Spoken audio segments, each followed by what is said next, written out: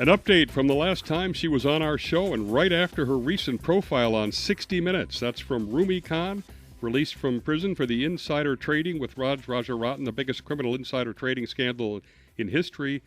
Today, her struggle to rebuild her life.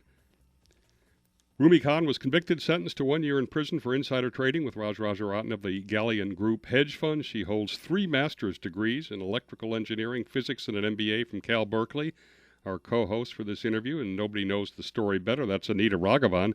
She's the author of The Billionaire's Apprentice, The Rise of the Indian-American Elite, and the Fall of the Galleon Hedge Fund, which is quite simply the best book on insider trading on Wall Street. Welcome, Roomy. Welcome, Anita. Thank you. Thank you. We said when you were on before we were going to have you back because I always believe America is a second chance society, and we want to see how you're moving along that line, hopefully. And I want to start off with Anita. Maybe give us a quick update. And, Raj and Rajat, as I call them, the 2 biggest players. What's going on here? Sure. Raj, the founder of the Galleon Group, who was convicted of receiving inside information on a raft of stocks, Goldman Sachs, Procter & Gamble, AMD, he remains in prison. But his friend, Rajat Kumar Gupta, the 3-time chairman of McKinsey, who was actually convicted of giving Raj information about a fateful Goldman board meeting at the height of the financial crisis, where Warren Buffett had actually told Goldman that he was going to give them an infusion of cash. Rajat Gupta is actually out of prison, and he is writing a book which will presumably tell us about his version of events. He's also trying to get his conviction overturned, and there was a significant ruling in that respect earlier this year. The U.S. Court of Appeals in Manhattan has agreed to reconsider their decision to reject his request to throw out his conviction. So that is one positive, and of course that comes when there's been a very positive ruling for defendants in insider trading cases. The Court of Appeals last year ruled that 2 defendants, Todd Newman and Anthony Chiazon, were not justly convicted because the government had failed to show that they had received a clear benefit for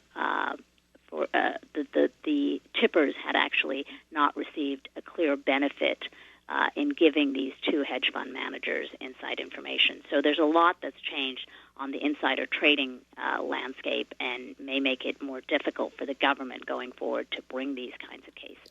Very interesting on the having to tie a clear benefit, because we have phone taps of Rajat Gupta the minutes after the Goldman Sachs board meeting informing Raj, and then Raj trading on it, but it was never clear to me that Rajat made any money on it. Rajat. And of course, that was one of the big arguments that Rajat and his lawyers made in federal court in 2012. He said he made no money in 2008. In fact, he lost money at the hands of Raj Rajaratnam. Prosecutors, meanwhile, argued that no, there was benefit because Rajat Gupta, during the summer of 2008, was trying to negotiate a stake in Galleon International in exchange for him heading up that business. And so this whole issue is going to be reconsidered and, hopefully provide a greater clarity on the law going forward. And meanwhile, while we're talking these semantics, he clearly gave inside information as a board member to Raj Rajaratnam. Now, getting to Roomy, and I think in the 60 Minutes piece, it talked about you making $1.5 million, your associates $25 million, and Raj $72 million. You had to endure then after cooperating, being called a rat.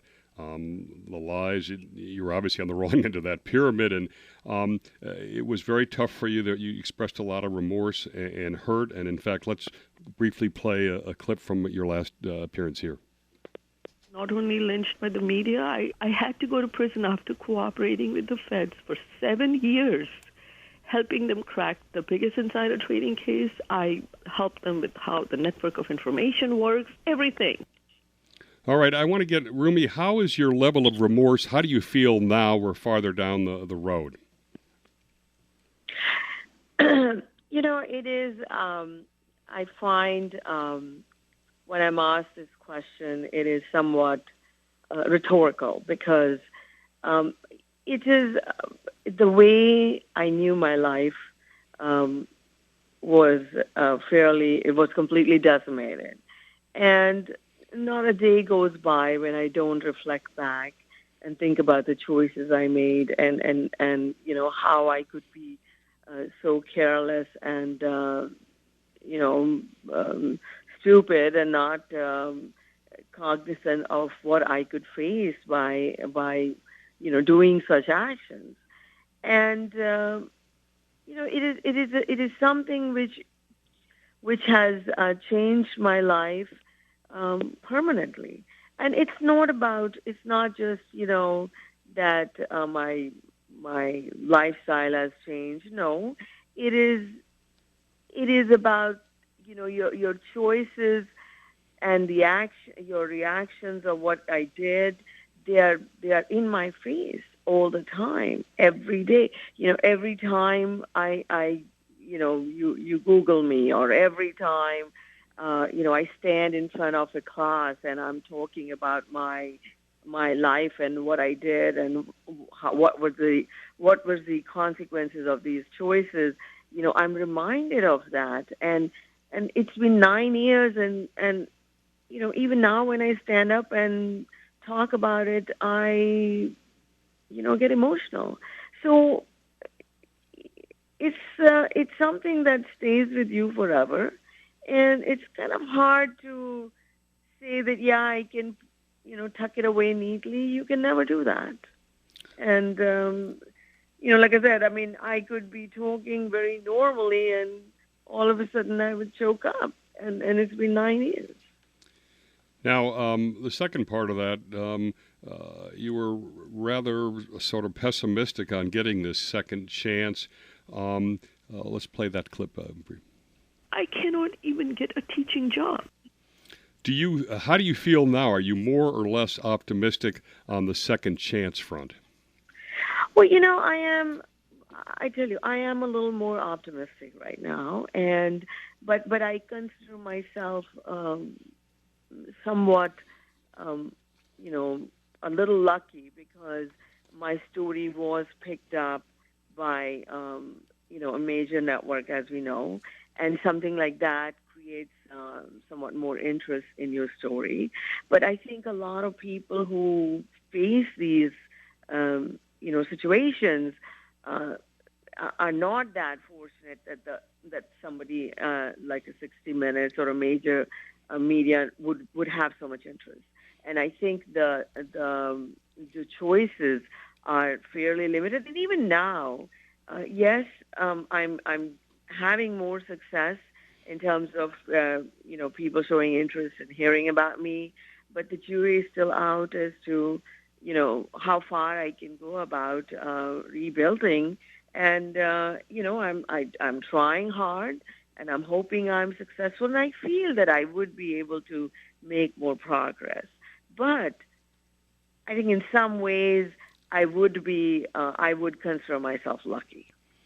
How do you feel the 60 Minutes interview went, and was it edited and presented in a way that you thought was fair and conveyed what you were trying to get across? I think that it was very fair. There was, I actually, it's more my colleagues and my friends and a lot of people look at these things with a critical eye and see, how they were presented.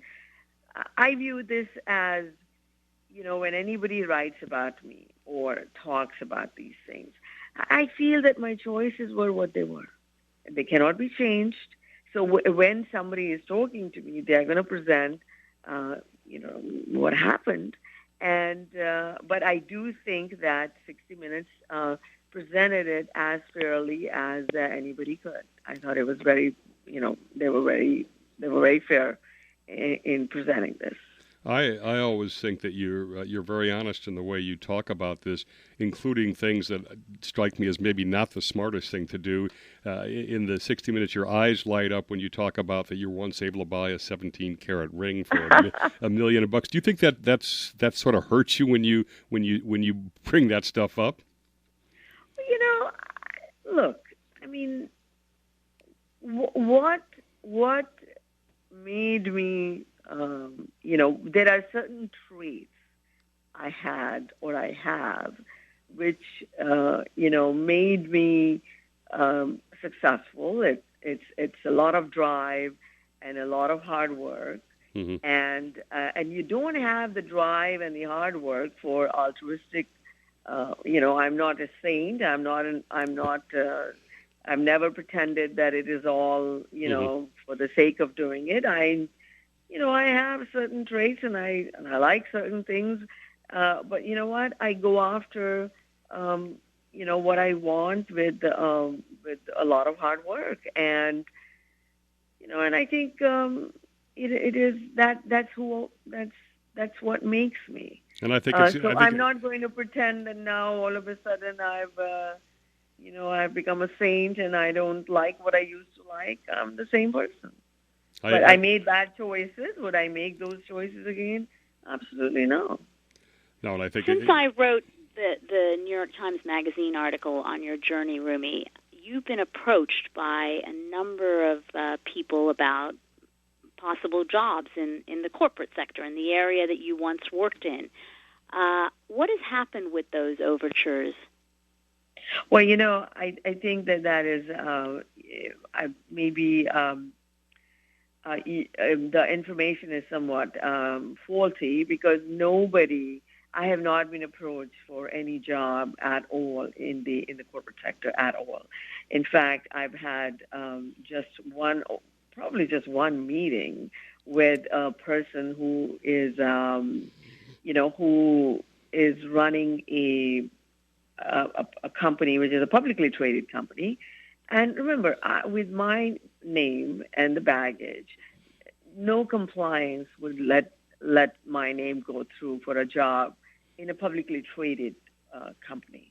Now, private companies, it's different. So somebody in a private organization, if they feel comfortable, then this can work. But in a publicly traded company, I don't think it can ever get through, based on where we are today. Following up on Anita's question, how are you going about your job search process to make opportunities proactively from your side? And what is it you'd like if you could pick a job in the private sector in a private firm, what would you like to do? Well, I think that it's been some time now that I've been, searching and thinking. And I think for me, at this juncture now, I feel that the best combination for me would be teaching and public speaking. Teaching because I have a lot of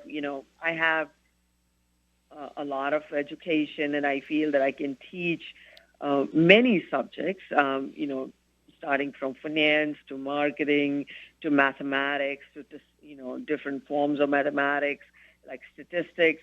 So I can offer a lot of value in various subjects in academia as a teacher. And also, I think that my life shows, what the opportunities are for someone to be able to achieve, but also what really not to do from ethics perspective. How do you cross that line, and then how do you check yourself early on so that you don't walk down that slippery road? How do people such as myself and some very other smart people who were ensnared in this case and have been in various cases so far, up till now, how do they make such dumb choices? How do you justify these choices? So I feel that I can contribute in that discussion. And I think that's where my real value is now. Anita, let me ask you, obviously you've encouraged her to go forward and show the courage, the New York Times profile you did, 60 Minutes, et cetera. There's others that you've mentioned, Anil Kumar and some other in the group who have stayed very low. Which strategy do you think makes the most sense? Well, I don't think the individuals who've stayed below the radar, like Anil Kumar and Rajiv Goel, have managed to rebuild their careers in the United States. And I know Roomy has a daughter, she has a family here, and I believe she wants to continue living in the U.S. And I think, given her objectives, the strategy she's taking is probably the best one.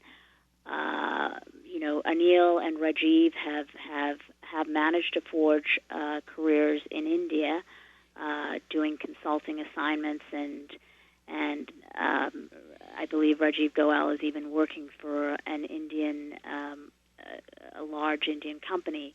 But for all the defendants in the Galleon case, it has been very difficult to convince U.S. corporations to hire them again. And there was a very poignant letter that was submitted as part of Anil Kumar's sentencing, where Anil Kumar's lawyer had said that when Anil Kumar was convicted, he had done some voluntary work for a university in Texas, with the understanding that this university would write a letter for him at sentencing. But when it came time to sentencing, the university didn't want to have anything to do with Anil Kumar. And I think that's the general attitude that defendants in white-collar cases face in the United States. We'll finish up now on the family situation. How is your family doing, your husband and your daughter at this stage with where you're at? I think that, it is, everyone has a different perspective, right? I mean, I think my daughter is 17, and she's kind of busy looking forward to her own life now, and her fascination is changing from looking at us as a family to the boys and and where she's headed. So I think she's she's handling very well the situation. She's got her own life that she's trying to forge upon. But I think my spouse still has a lot of, passive anger towards this, towards the choices I made. And also I think the path that I'm taking, which is, you're constantly kind of picking the scab every time you talk about it, every time you're written up in a magazine, or every time, like the 60 Minutes recently, every time the story is revisited, you're reminded of what happened. And that's not very pleasant for your, for your members of your family sometimes. Again. So, we all have different perspectives when we're dealing with these things. And, but it is what it is. Well, I appreciate your honesty as usual. In 60 Minutes, I noticed you said your peak net worth was $50 million.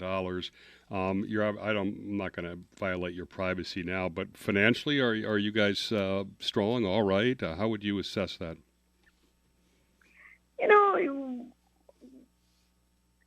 We manage our lives. I mean, that's really what it is, because, you're like they say in India, if you're drinking out of, if the water is not running, the still water always runs out. I mean, you have to always refuel. And it's hard to refuel now, for me at least, because I haven't really been able to do much with myself. And I think one of the things we've talked about, Roomy, right, is that being in the position that you're in today, perhaps the hardest thing you have to deal with is being financially dependent on your husband, which is something you never had to do during your career.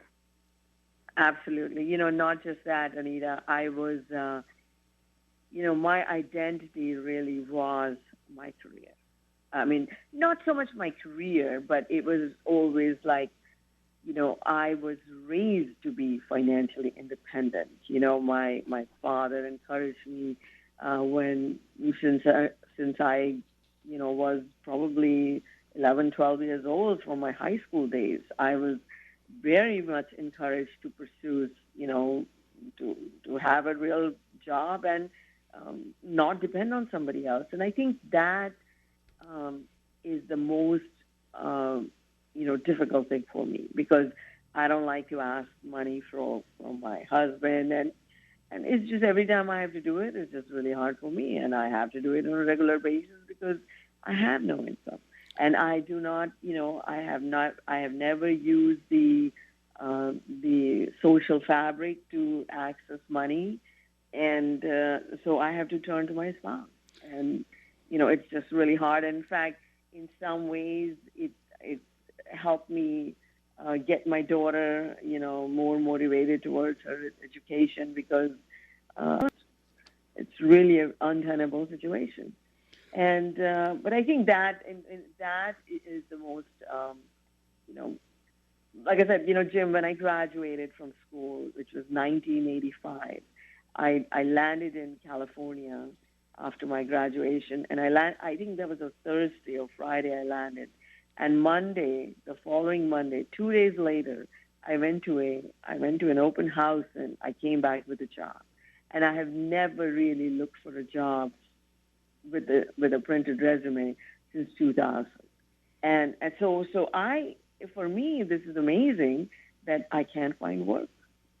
I was always sought after. So, but it is, like I said, I'm more aware of, now it has brought even more awareness for me as to, my choices are very far and in between. And, and I try to highlight that to my daughter, that as you batten your own life and you're thinking about your own choices, always remember that, choices have consequences.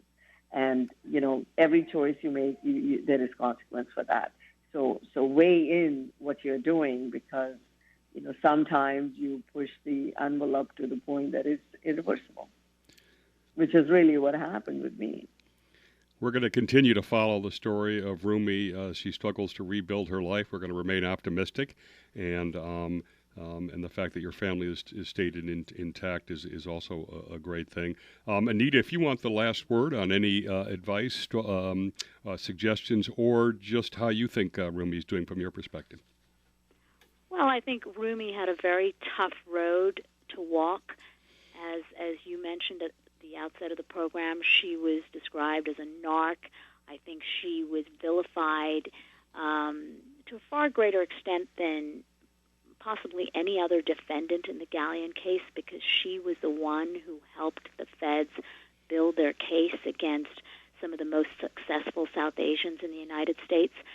And given all the emotional turmoil she's gone through during this period and the financial upheaval, I think she's finally starting to, build the underpinnings of possibly a next act. And I want to thank Roomy again for coming on and doing this. We know it's not easy, and your authenticity and passion come through. So we really appreciate it, and we always appreciate Anita, who's a great friend of the show and helps make some of these interviews happen. That's Roomy Khan and Anita Raghavan. You've been listening to Business Talk with Jim Campbell.